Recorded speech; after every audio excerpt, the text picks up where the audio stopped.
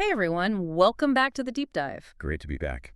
Today, we're really plunging headfirst into, well, a really intense and honestly deeply concerning moment in the ongoing conflict between Iran and Israel. Yeah, it definitely feels like a significant escalation point. It does. We're going to do a proper deep dive into the details of a major Iranian missile attack, uh, reportedly the deadliest of the war so far, which is saying something. And then, of course, Israel's equally significant and very public response, which they've given this name, Operation Rising Lion. Right. So to try and make sense of all this, we've been digging through quite a stack of sources, statements from senior IDF officials, these detailed claims from Iran's IRGC. The Islamic Revolutionary Guard Corps, yeah. But some really fascinating reports that have surfaced about it, well, previously secret operation and other key bits of info. Exactly. And our goal here, as always, is to pull out the most important nuggets of knowledge, the key insights from all this material. We want to give you, our listener, a clear, really well-informed picture of what's going on. Absolutely. It's about cutting through the noise, trying to understand the sheer scale of these attacks, what exactly was targeted, the bigger strategic implications of this rapid escalation. And crucially, the reasons given by both sides for taking these pretty dramatic steps. Why now? What's the justification? And just to stress, everything we're talking about today, it's drawn directly from the facts and the claims that are presented in the source material we've looked at. It's a complex picture, no doubt. For sure. But let's try and unpack it together. Okay, where do we start? The Iranian attack seems like the flashpoint. Yeah, let's start there, where the escalation really seemed to peak, that Iranian missile attack. The sources we looked at, they immediately flagged the severity. They're calling it the deadliest missile attack of the war so far. And just hearing that phrase, deadliest of the war, it really underscores the gravity, doesn't it? Yeah. And the potential for things to spiral even further, even faster. Totally. This wasn't just some minor skirmish. It felt like a major shift, a qualitative change. And the scale is, well, it's the first thing that really jumps out. According to the reports we've seen, Iran launched a significant number of ballistic missiles. We're talking somewhere in the range of 75 to 80 missiles. 75 to 80. Wow. Yeah, and not all at once, but delivered in two distinct waves, or barrages. Yeah. That kind of volume, especially in a single event aimed, it seems, at populated areas, it's clearly intended to overwhelm defenses and, frankly, maximize the impact. And the targeting wasn't random, according to these reports. They were spread out. That first wave, the first barrage, had about 40 missiles. Okay. And they were reportedly aimed at targets up in northern Israel. But the real tragedy within that number is specific. One of those missiles hit a civilian home. Oh, Yeah, killing 4 people inside. It's such a stark reminder right from the start of the human cost when these big strategic moves end up hitting homes. It absolutely brings the reality crashing down, doesn't it? And then, following that northern barrage, there was a second wave. Right, the second barrage. Roughly 35 to 40 missiles in that one, directed more toward central Israel. In central Israel, near Tel Aviv. That's densely populated. Extremely. And this is where the sources describe some of the most widespread and, visible destruction happening. They specifically highlight the strike in Bat Yam, which is a city just south of Tel Aviv. The damage reports from just that area alone are, well, they're considerable. Considerable sounds like just maybe an understatement, based on what the local officials were saying. Yeah, I think so. The mayor of Bat Yam provided some pretty grim details. In that single affected area, 61 buildings sustained damage. 61. Wow. And it gets worse. 6 of those buildings were hit so badly they're slated for demolition. Just unsafe, uninhabitable, gone. That's entire apartment blocks, potentially, just wiped out. Exactly. And the sheer force involved? The reports mention first responders having to literally break through walls of adjacent undamaged buildings just to get access to the ones that were hit, to search for people. Just incredible devastation. And what about the overall human toll across Israel from these two barrages? What did the officials say? The IDF and local officials, their numbers were stark. At least 10 civilians killed. Okay. And potentially as many as 200 wounded. And that's spread across maybe 2 or 3 different impact locations from these barrages. 200 wounded. That's a huge number of injuries. It is. And at one particular site, again in central Israel, the situation was so bad that authorities actually declared a mass casualty event. That level of civilian impact, tragically, really marks this attack as different, fundamentally different from maybe previous exchanges we've Yeah, seen. the scale feels different. And you mentioned the initial chaos too, right? Missing people. Yeah, there was that initial period of just agonizing uncertainty. 4 people were initially listed as missing, which obviously kicks off frantic searches. Of course. Now, those 4 were eventually located, thankfully, but the search then continued for 3 others. And the updates, as the source material noted, they contained that awful reality. Some of the located people were found alive, but others, tragically, were not. It just highlights the chaos, the fear, the human trauma in the immediate aftermath of something like this. Absolutely horrific. Yeah. Okay, so that's the impact side in Israel. What about the Iranian perspective? Who claimed responsibility? Well, that came pretty quickly. The Islamic Revolutionary Guard Corps, the IRGC, they promptly claimed responsibility. Right, the IRGC. They put out a statement, and they even referred to it by a specific operational name. Joint Offensive Operation True Promise 3. True Promise 3. Using that kind of formal military language, giving it a number, it suggests this wasn't some spontaneous reaction, right? This was planned, named, part of a sequence, maybe? Seems that way. And their stated objective, which they laid out in that IRGC statement, it provides this really crucial counterpoint to the impact reports we were just talking about. Okay, what did they claim they were aiming for? They claimed the operation's aim was to target, and I'm quoting here, fuel production facilities of fighter jets and the power supply centers of the regime.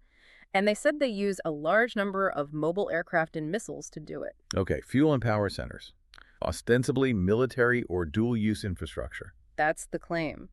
But here's what's absolutely critical to note and where the big disconnect lies. The IRGC insisted, quite strongly, that all their strikes were successful and exclusively targeted military objectives. Ah, so they're flatly denying hitting civilian areas or causing those casualties we just discussed. That's what their statement implies, yes. And this creates this enormous discrepancy with the reports coming out of Israel detailing the widespread residential damage in places like Bat Yam and the civilian deaths and injuries. And that disconnect is dangerous, isn't it? Whether it's, deliberate targeting of civilian areas masked by claims of hitting military sites, or maybe just really poor accuracy leading to misses hitting homes, or even unavoidable collateral damage because maybe some military sites are near urban zones. Right, whatever the reason. The perception and the reporting of civilian harm by one side and the flat denial by the other, that's a massive, massive factor in driving escalation.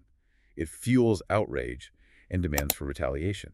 Exactly. Okay, so turning back to the Israeli side, during the attack itself, it's clear they had some level of advance warning, right? It appears so. The sources mention alerts and sirens sounding across the country, telling civilians to get to shelters. That's a terrifyingly familiar routine for many Israelis, unfortunately.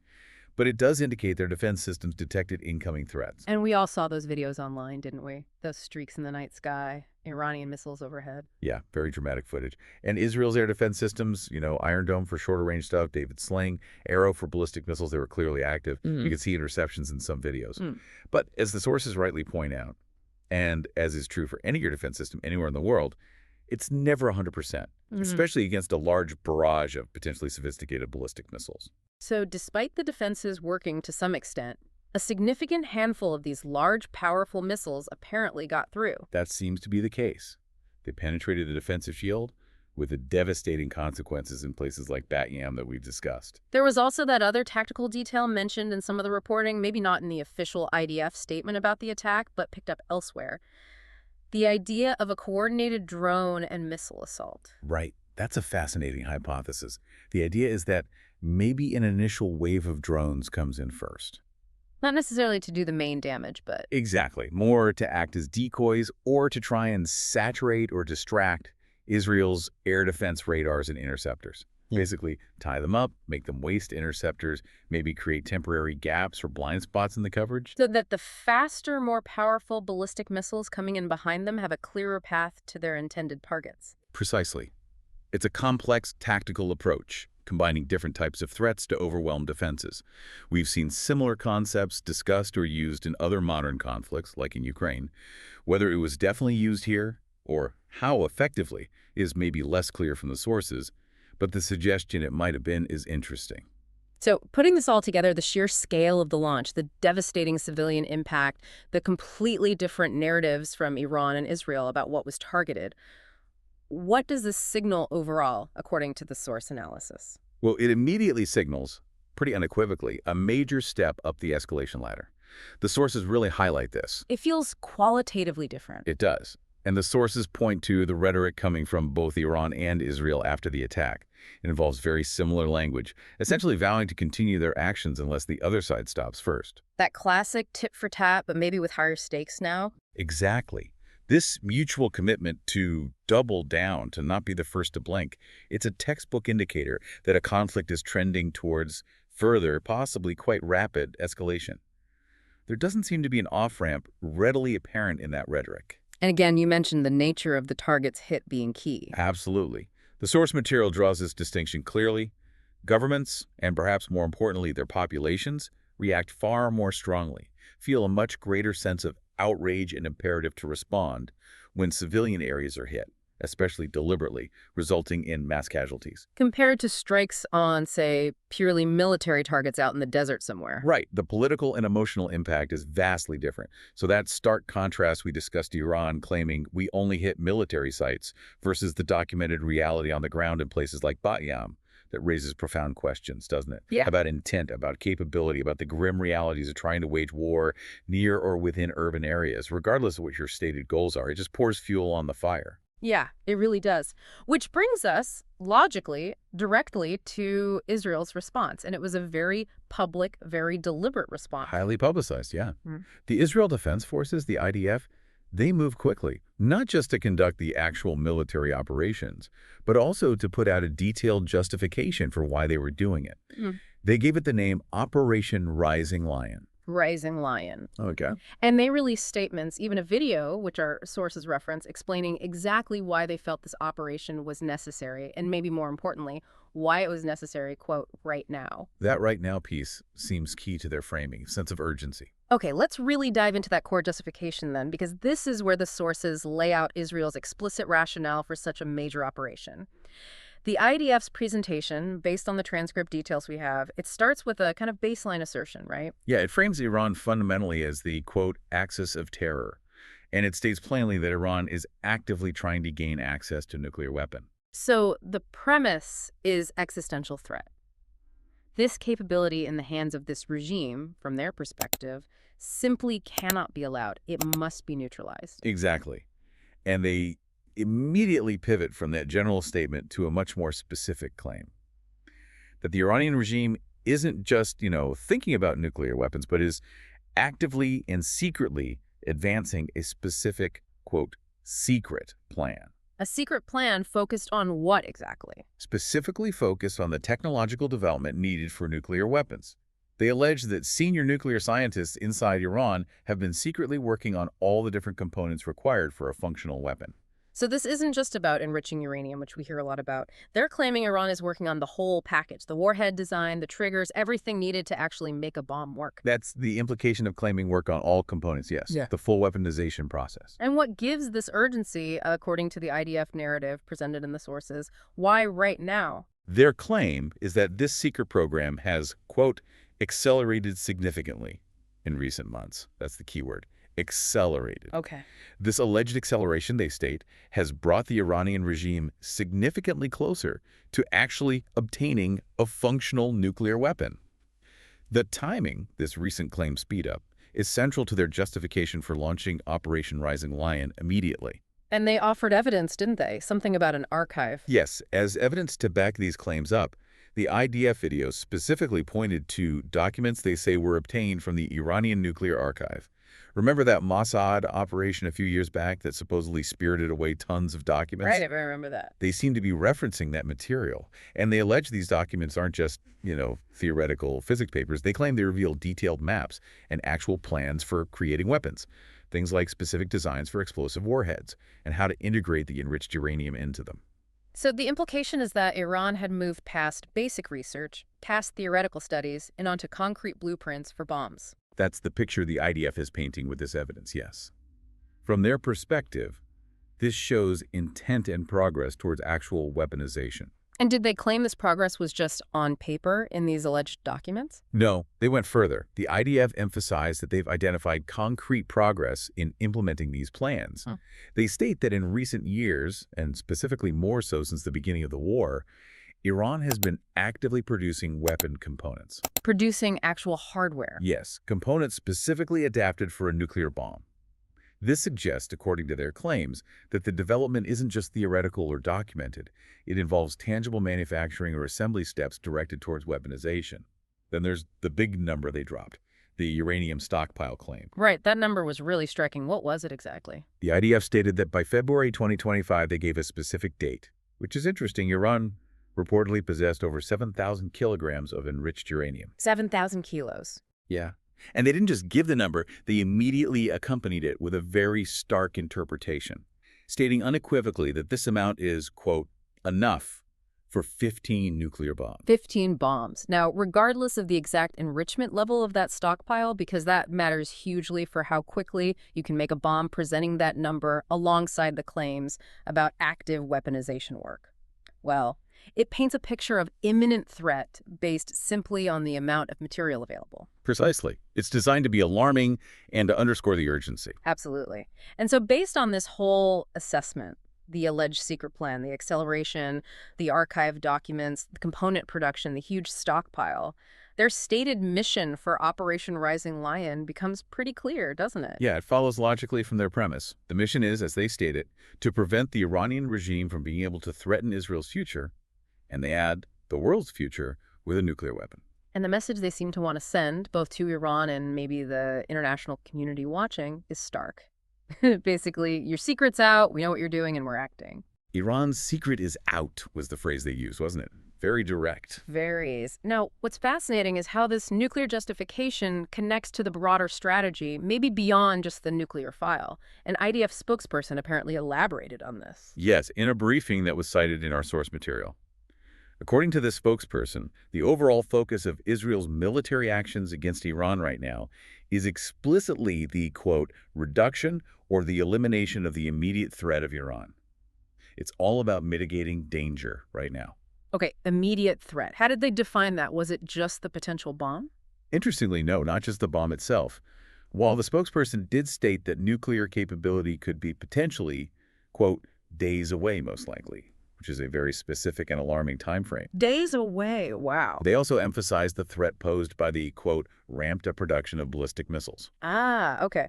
So this is the crucial link back to the Iranian missile attack that started this whole sequence we're discussing. Exactly. The IDF spokesperson reportedly connected their need to target missile production facilities directly to the fact that they're seeing, quote, an exponential increase in Iranian production of weapons that were and have and are right now reaching Israeli cities.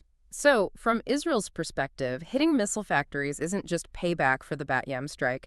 It's presented as a core part of their strategy to eliminate what they see as an active, ongoing, immediate threat to their cities and towns. Precisely.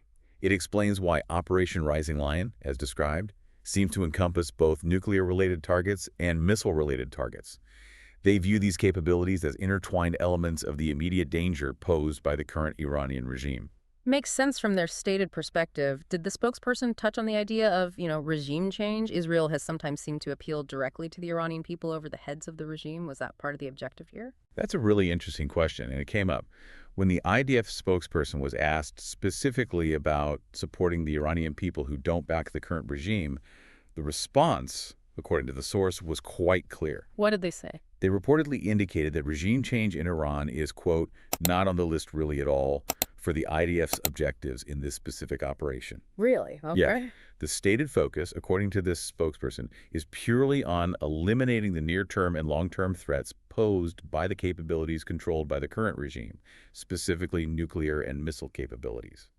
It's about degrading those threats, not about trying to fundamentally alter the political structure in Tehran through this military action. Got it. So threat elimination, capability reduction, not regime change. That's the stated military goal. That seems to be the message they're putting out. Okay, so with that really expensive justification laid out the alleged secret accelerating nuclear program, the huge uranium stockpile claim, the ramped up missile production, all framed as immediate threats.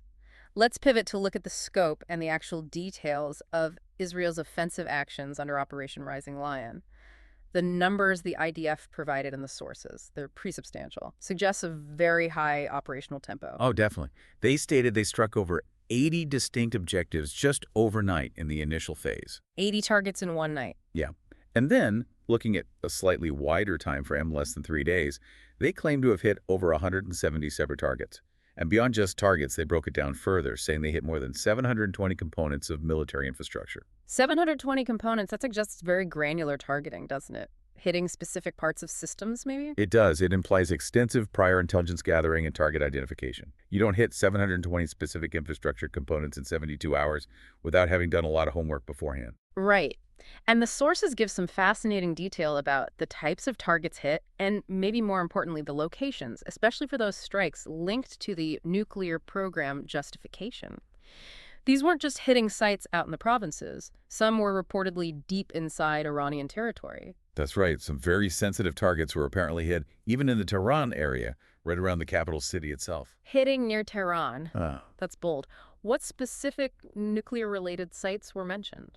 The list cited in the sources is quite revealing. It includes the headquarters of the Iranian Ministry of Defense. The MOD HQ itself, that's a major command and control node and highly symbolic. Absolutely. Also on the list, the headquarters of the nuclear project itself, described as the central command for the whole program. Okay, hitting the brains of the operation. Seems to be the idea. They also apparently targeted additional sites where the IDF claims the Iranian regime hid their nuclear archives, those alleged documents we talked about. Ah, so trying to destroy the evidence or the plans they claim exist. Potentially. Or just demonstrating they know where these things are kept. It suggests an attempt to dismantle not just the physical facilities, but also the institutional memory and documentary core of the program. What about the hardware? Yeah. This stuff needed to actually make fissile material. Yes, they specifically mentioned hitting facilities involved in centrifuge production. Centrifuges are absolutely critical for enriching uranium. Right. And the source notes these facilities were described by the IDF as places where the regime had established an array intended for uranium enrichment to weapons-grade levels. Hitting these would directly aim to cripple Iran's ability to produce more fissile material, especially highly enriched uranium needed for a bomb. So attacking the enrichment capability directly. What else? Further down the potential weaponization chain, a central research and development facility for chemical materials was reportedly targeted. Chemical materials for a nuclear weapon. Yeah, this facility was described as being used to produce raw materials for the development of nuclear weapons. This could mean things like the highly specialized conventional explosives needed to trigger a fission reaction, or perhaps specific chemical compounds required for processing nuclear materials or other warhead components. It targets a different, maybe earlier stage of the weaponization process. Okay, interesting. And then actual labs. Yes, crucially, they claim to have hit nuclear weapons development laboratories. The IDF description stated these contained several unique components and projects that contributed to the success of developing nuclear weapons. Success of developing. That's strong language. It is. It suggests these labs were perceived as the technical heart of the weaponization effort itself, maybe where warhead designs were being finalized or key components were being tested or assembled. And finally, another headquarters. Right, what's described as the regime's overall nuclear headquarters. The claim was that this contained classified materials and infrastructure used to advance the nuclear project. So again, reinforcing this picture of a really comprehensive effort to hit the program's physical infrastructure, its documentation, its R&D, and its command structure. A systematic dismantling attempt based on their claims. That appears to be the goal communicated. But as that IDF spokesperson clarified, the operation wasn't only focused on the nuclear infrastructure, significant as those targets are. Right, the missile threat was presented as equally immediate. Exactly. So they also heavily targeted Iran's broader ballistic missile capabilities, the arrays, the launch sites, the long-range munitions themselves. Any specific examples given? Yes, our sources detail a specific strike, reportedly by an Israeli fighter jet, on an underground missile site. Underground. Those Yeah. are tough targets, right? Designed to be hardened. Very tough. This wasn't just some shed. It reportedly contained storage tunnels, packed with surface-to-surface missiles, maybe cruise missiles as well, along with multiple launch shafts embedded underground. Hitting a facility like that effectively requires significant capability, precision guidance, potentially penetrator munitions. And the IDF did something quite specific and, well, public with the footage from that particular strike, didn't they? They did. It was a very deliberate piece of information warfare, it seems. In the video they released of that underground site strike, they reportedly highlighted that two specific, high-ranking Iranian military figures had previously been shown in an Iranian propaganda video touring that exact same underground site. Wow, using Iran's own footage against them. Precisely.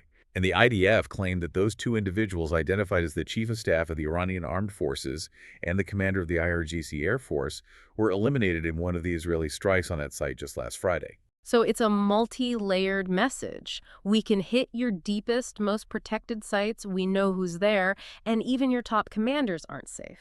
A clear demonstration of precision, lethality, and intelligence reach. Absolutely. It's designed to have a psychological impact alongside the physical destruction. Now, perhaps one of the most striking claims accompanying all this, made by the IDF, was their assertion of achieving air superiority over Iran.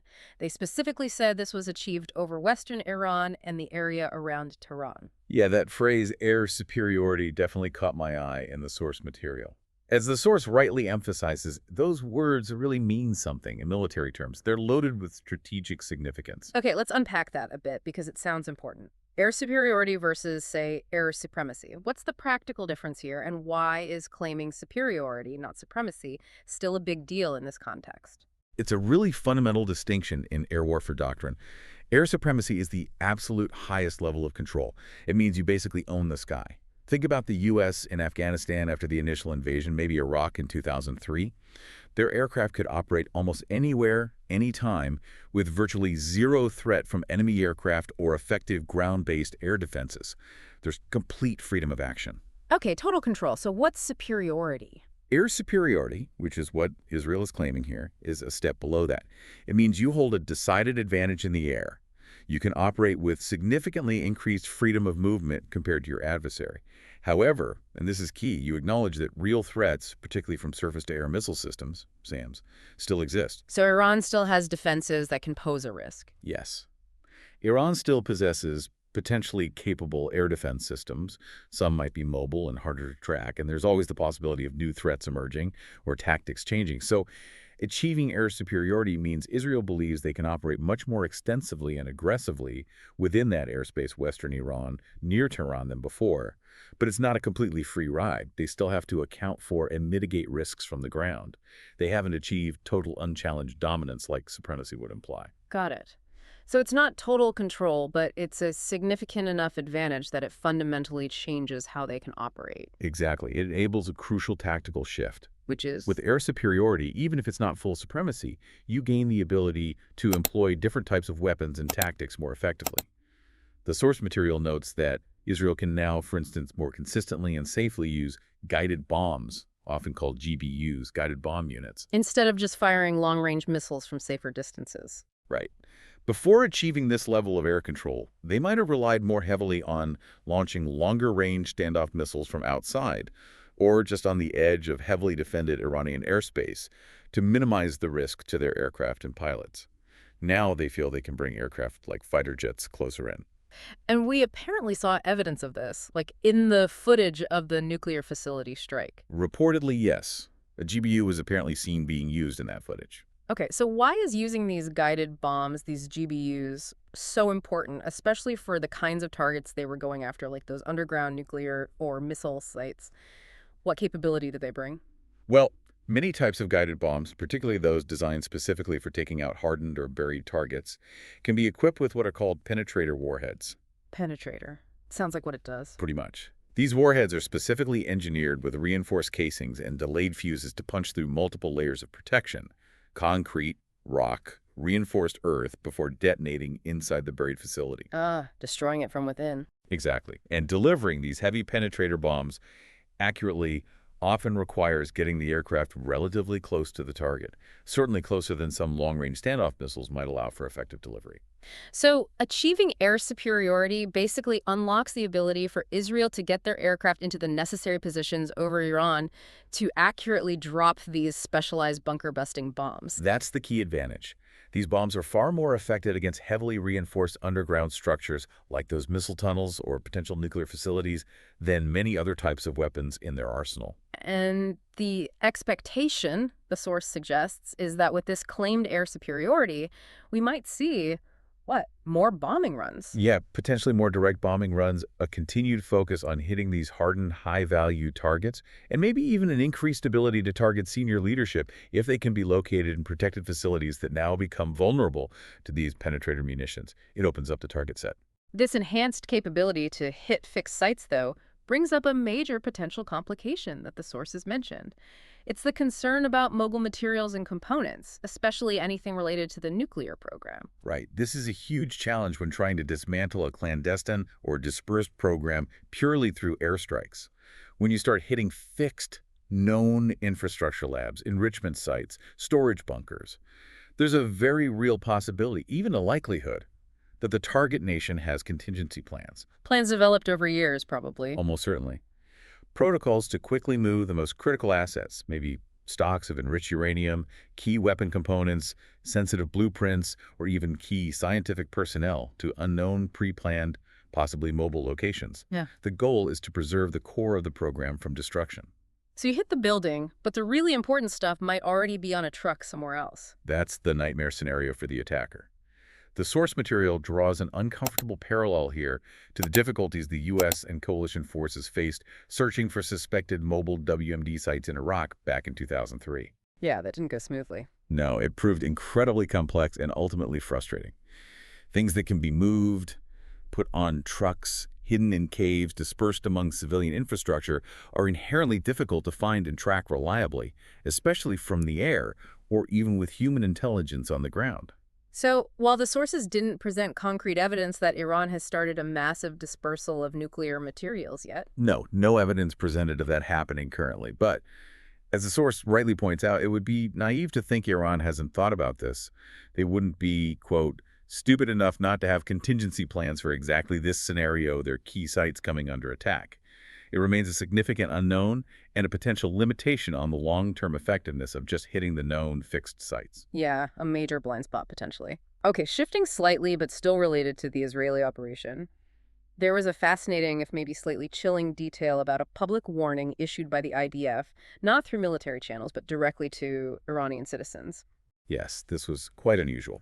The IDF's Arabic language spokesperson put out a message, not secretly, but openly. Broadcast using multiple channels that ordinary Iranians might access. Email, the messaging app, Telegram, Twitter, or X, their own website. And what was the message? It was pretty blunt, wasn't it? Very blunt.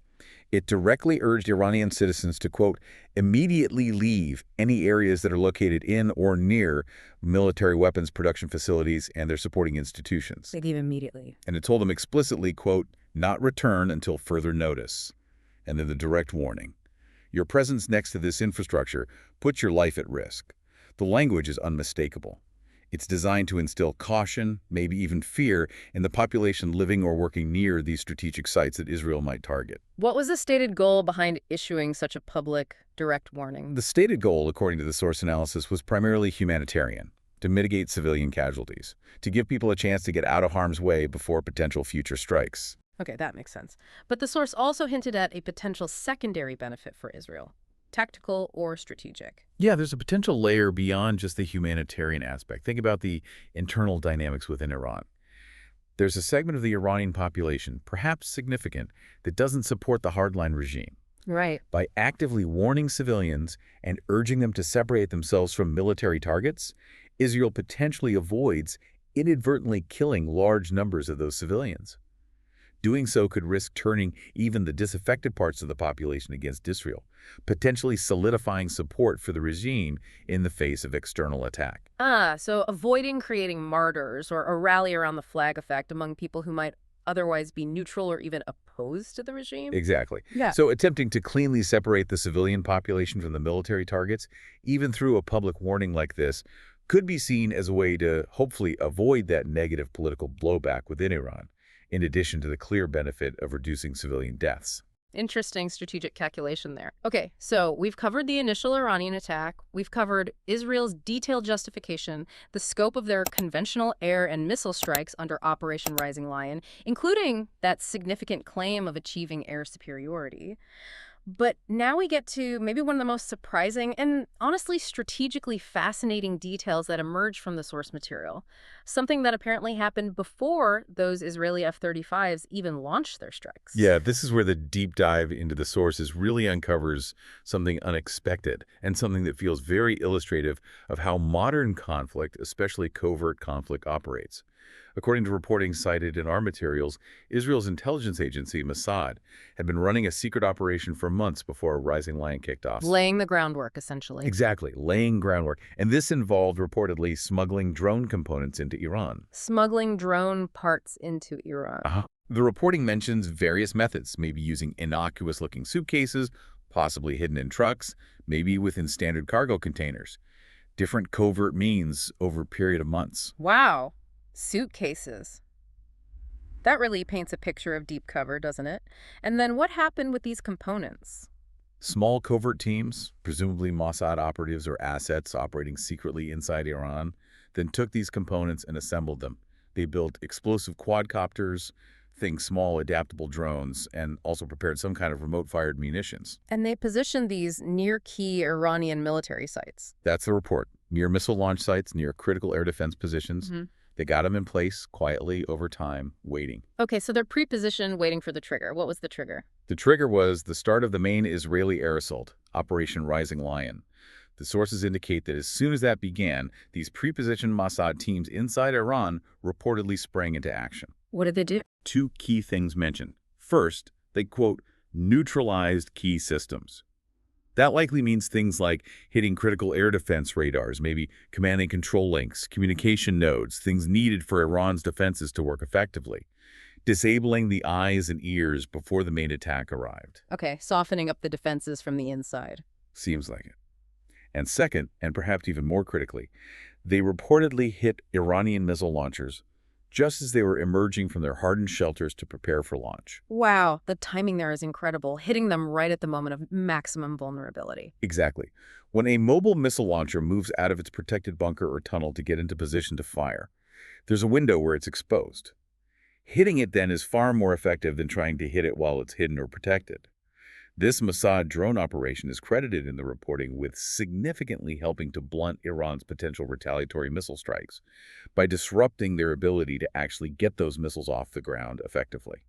That's a huge impact from what sounds like relatively small, covert teams using adapted tech. It really is. Yeah. And it's a powerful demonstration, isn't it, of how relatively simple, maybe even commercially available or derived off-the-shelf technology, these small quadcopters, when combined with excellent intelligence, covert access, and precise timing, can potentially bypass or neutralize even very advanced, expensive, multi-layered national defense systems. It feels like a theme we keep seeing in modern conflicts. The source even drew a comparison. Yeah, a direct comparison was made to tactics we've seen Ukraine use very effectively against Russian air bases recently, using similar types of drones to achieve results that might be much harder or riskier with conventional aircraft or missiles. It highlights this evolving battlefield where cheap, agile, adaptable tech can pose a serious challenge to established military hardware and doctrine. What's really fascinating is the strategic insight the source mentions behind Mossad's targeting choice here. It wasn't just random disruption. There was a specific logic. Yes, a very specific logic based on understanding bottlenecks in the Iranian system. The source explains that these Mossad drone teams specifically went after missile convoys and, crucially, storage bottlenecks. Storage bottlenecks, what does that mean? Okay, here's the key nugget of knowledge that Mossad intelligence reportedly figured out. The trucks, the transporter erector launchers, or TLs, needed to move the ballistic missiles from their secure underground storage tunnels out to the actual launch points were a critical limiting factor for Iran. Ah, so it's not just about how many missiles you have stored away. Exactly. It's about how many you can actually move and launch at any given time. The reporting suggests Iran might have had a significantly larger number of ballistic missiles in storage, perhaps 4 times as many missiles as they had operational launch trucks available to fire them. So the trucks were the choke point. The trucks were the bottleneck, yes. If you can take out the trucks especially as they emerge to pick up or move missiles. You don't necessarily need to find and destroy all the incredibly difficult-to-hit underground storage bunkers themselves to significantly degrade Iran's immediate ability to launch a large-scale missile salvo. Hitting those vulnerable trucks as they appeared was a highly leveraged tactic. And doing that successfully relies entirely on knowing exactly where those bottlenecks are, how the Iranians operate their missile forces, the routes they use, the timing. Precisely. This implies really deep, long-term intelligence gathering. You need to know the pattern of life, the operational flow, where those vehicles are likely to be, and when they're going to be most vulnerable. It's not something you figure out overnight. The source described this whole covert drone campaign as years in the making. What did that involve? It reportedly involved multiple phases: recruiting and training the operatives who would go inside Iran, potentially training them abroad. It involved infiltrating the supply lines to get the drone components smuggled into the country without detection. And of course, identifying these high-value targets, like the launch trucks and the key air defense systems. That mention of training operatives abroad is really intriguing, isn't it? It raises immediate questions. It certainly does. Who were these operatives? Where exactly were they trained? The source material includes some speculation, noting the possibility of training assistance coming from Ukraine. Ukraine? Why Ukraine? Well, think about it. Over the past few years of intense conflict with Russia, Ukraine has become arguably the world leader in developing and deploying FPV first-person view drones and other adapted commercial drone technologies for military purposes, often against a technologically superior adversary. They have immense, hard-won practical experience. So the source suggests if you were Israel and you wanted cutting-edge expertise in precisely this kind of low-cost, high-impact drone warfare, Ukraine would be a very logical place to look for insights, training methodologies, maybe even technical assistance. Makes sense. It's a plausible connection, though obviously not confirmed fact in the sources we have. Exactly. Plausible speculation based on capability and context. Now, another really fascinating angle here is why. Why were details of this supposedly top-secret Mossad operation leaked or released to the media? Intelligence agencies usually guard their methods fiercely. Right. It seems counterintuitive. But an Israeli source quoted in the material offered a clear rationale. It wasn't just about bragging rights after the fact. What was the reason, then? The stated goal was psychological: to create a pervasive sense of unease, even paranoia, within the Iranian leadership. The aim was, and I'm quoting the source's source here, to make no one in Iran in the high echelons can be sure he isn't known to Israeli intelligence and won't be the target. So it's about sowing doubt, making every official look over their shoulder. Precisely. It's a clear psychological warfare tactic. It's not just about the physical damage the drones caused, but about the nervousness it brings, as the Khoury quote put it. It's designed to potentially hinder their decision-making, maybe cause them to waste resources on internal security crackdowns, create friction and mistrust within the system. And the source contrasted this ability to use information as a weapon with, say, the situation in Russia. Yeah, the point was made that the Russian state generally has much tighter control over the information environment compared to the more porous and perhaps more intensely penetrated intelligence landscape between Iran and Mossad. This gives Israel an opportunity to leverage information releases like this as an additional tool, adding psychological pressure in a way that might be harder to achieve against other adversaries. So the leak itself becomes part of the operation. It appears so, using information disclosure as a weapon alongside the kinetic action. But even with the apparent success and the cleverness of this drone operation, it doesn't answer all the questions, does it? The source pointed out some lingering unknowns. Absolutely. Big questions remain. Okay, they disrupted the launch trucks, but how many ballistic missiles does Iran still have safely tucked away in those underground sites? Probably a lot. How exactly are these covert Mossad teams able to operate inside Iran for extended periods without being caught? That implies significant logistical and support networks. And maybe the biggest question, are there other similar operatives or campaigns still active inside Iran right now, maybe waiting for the next trigger or pursuing other targets? Yeah, it underscores just how complex and multi-layered this conflict is, with so much happening beneath the surface hidden from view. Definitely. Now, moving just slightly beyond that core triangle of the Iranian attack, the Israeli response, and the Mossad operation, the sources did briefly touch on a couple of other related actions and some broader context worth mentioning. Okay, what else was noted? There was a brief mention that Israel also apparently targeted a senior figure in the Houthi movement in Yemen, Mohammed al-Amari, identified as the head of the Houthi military. Extending the reach to Iran's proxies as well. Was the strike successful? That's where it gets murky. The sources noted it was unclear if the strike actually succeeded in killing or wounding al-Amari. And confirming Houthi casualties is notoriously difficult, right? Extremely difficult. Unlike, say, Hezbollah in Lebanon, who often announce their members killed in Israeli strikes relatively quickly, or Hamas, who might deny everything, the Houthis tend to be very opaque. They rarely confirm leadership losses promptly, making it really hard to verify the actual impact of strikes against them from open sources alone. Got it. What about international reactions? Any other notable ones mentioned? Well, President Trump issued a statement that got picked up.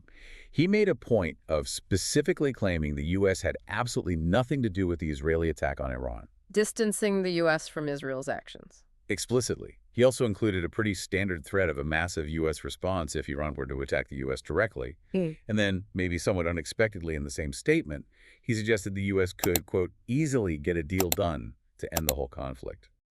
Okay. That's quite a mix of messages. Now, there was also a point made in the source material about a kind of perceived disconnect, maybe in the U.S., during the peak of this crisis. Yeah, this was a particularly striking observation noted in the analysis we reviewed that pointed out the timing. This period of really intense, rapidly escalating military conflict, Yeah. Major Iranian missile strikes hitting Israeli cities, Yeah. Israel conducting large-scale bombing raids on critical nuclear and military sites deep inside Iran, potentially taking out senior commanders. A major regional crisis potentially boiling over. Exactly. And this was happening, the source noted, simultaneously with very senior U.S. officials, the president, the vice president, the secretary of state, secretary of defense, all attending a large public military parade in Washington, D.C. The optics of that. Right. It really raised the question, as posed by the source. In the midst of such a high-stakes, potentially globally destabilizing series of events unfolding in real time halfway across the world, who exactly was minding the store back in the U.S. operations room? Yeah. Who was monitoring the situation minute by minute, managing the U.S. response and posture, while so much of the top national security leadership was, as the source put it rather pointedly, sitting in the parade stands? Yeah, you can see how that would raise eyebrows. It certainly created an optics issue, didn't it? Yeah. Having this crisis with the potential to spiral into a much larger conflict unfolding at the very moment these significant ceremonial events were underway thousands of miles away. It did. Now, to be fair and balanced, the source material did acknowledge that U.S. military forces in the region were actively engaged during this period. Doing what specifically? Primarily in a defensive role, intercepting Iranian drones or missiles that might have been heading towards U.S. assets or potentially allies. This defensive posture itself carries significant risk for U.S. personnel, especially given the context of prior security warnings and even evacuation orders for some U.S. embassies in the region due to threats from Iran-backed groups. So U.S. forces were involved and at risk. Okay, so boots on the ground, or rather ships and planes in the region, were active. Yes, but the perceived disconnect highlighted was more about the optics at the very highest levels of political and military leadership during the absolute peak moments of the military exchanges between Iran and Israel. It was a notable observation in the analysis. Understood. Okay, let's try and pull all these different threads together now. We looked at the unprecedented scale and impact of the Iranian attack, Israel's very explicit justification based on their assessment of Iran's nuclear and missile programs, the significant details of Operation Rising Lion's targets and tactics, that claim of achieving air superiority, and the really revealing insights from the secret Mossad drone operation targeting bottlenecks.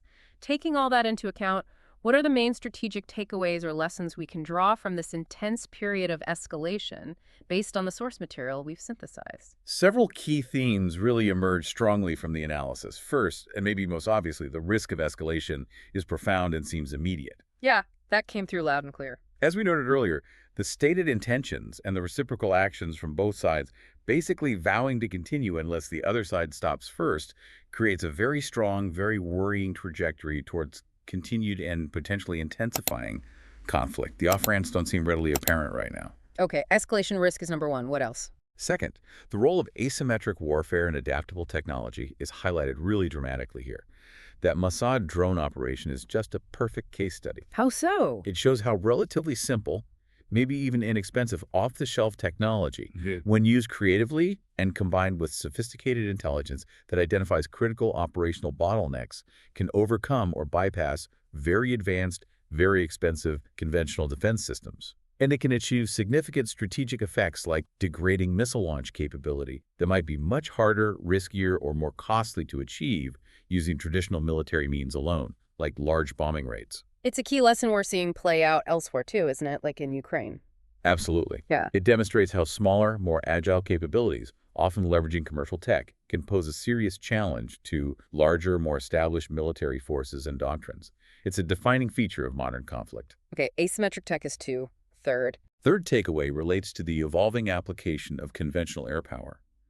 The whole discussion around Israel claiming air superiority versus aiming for full supremacy, and how achieving that level of superiority enabled a tactical shift, allowing them to more consistently use those heavy, penetrator-equipped guided bombs. Right, because they could get their planes closer safely. Exactly. It shows how gaining even partial, contested control of the air can unlock fundamentally different and potentially much more effective targeting strategies against hardened or buried sites, compared to relying solely on launching longer-range weapons from a distance. It's about how air power is adapted and applied based on the threat environment. Makes sense. Fourth point. Fourth, information itself is clearly being wielded as a weapon.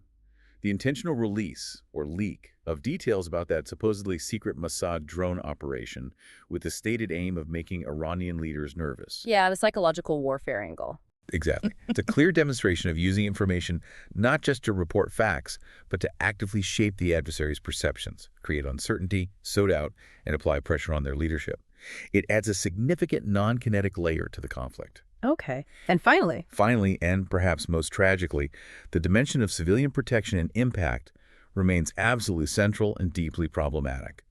The devastating effects we saw from the missile strikes on civilian areas in Israel contrasted with the complexities surrounding Israel's subsequent public warning to Iranian citizens near military targets. yeah. It just underscores the immense human cost inherent in this kind of conflict and the perpetual, incredibly difficult challenge of trying to minimize civilian casualties when military operations are conducted in or near densely populated areas or when strategic assets are deliberately placed within them.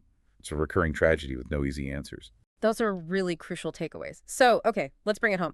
What does all of this intense escalation, these strategies, these technologies, what does it all mean for you, the person listening to this?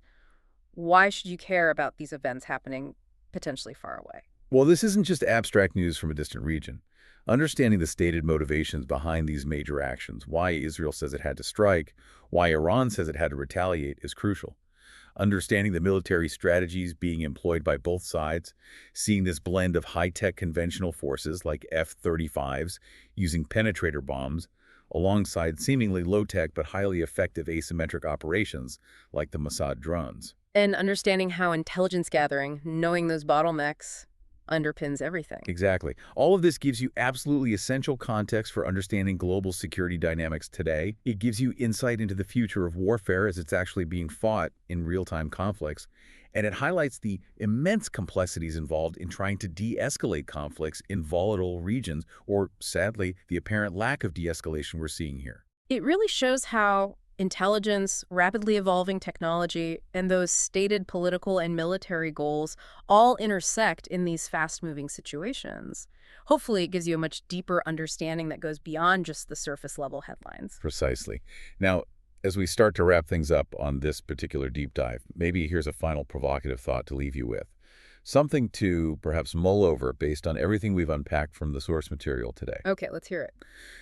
Given Israel's stated, very explicit motivations preventing Iran from getting a nuclear weapon, curbing their missile production, framing these as primary, immediate threats, and contrasting that with Iran's public vows of potentially more ferocious and widespread retaliation if attacks continue.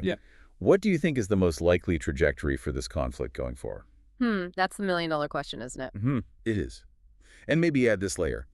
How might those unexpected, often unseen elements we've discussed, like these covert drone operations, the use of unconventional tech targeting vulnerabilities, or maybe unforeseen intelligence breakthroughs on either side, how might those factors shape the outcome in ways that aren't immediately obvious just from looking at the official military statements or the conventional forces involved? Yeah, the hidden layers, the asymmetric factors.